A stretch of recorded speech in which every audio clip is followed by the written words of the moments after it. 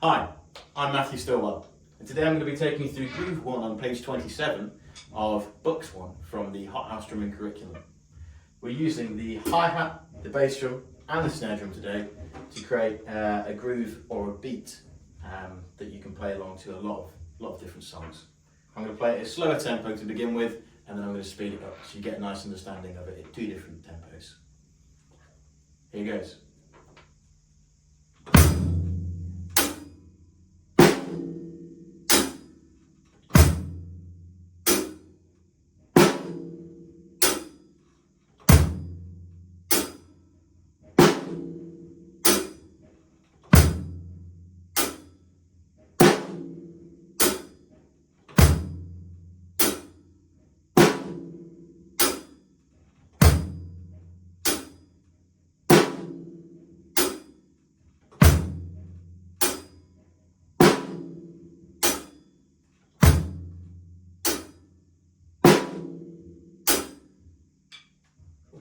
So that was a slower tempo. I'm now going to speed it up a little bit so you get an understanding of it at a fast tempo as well.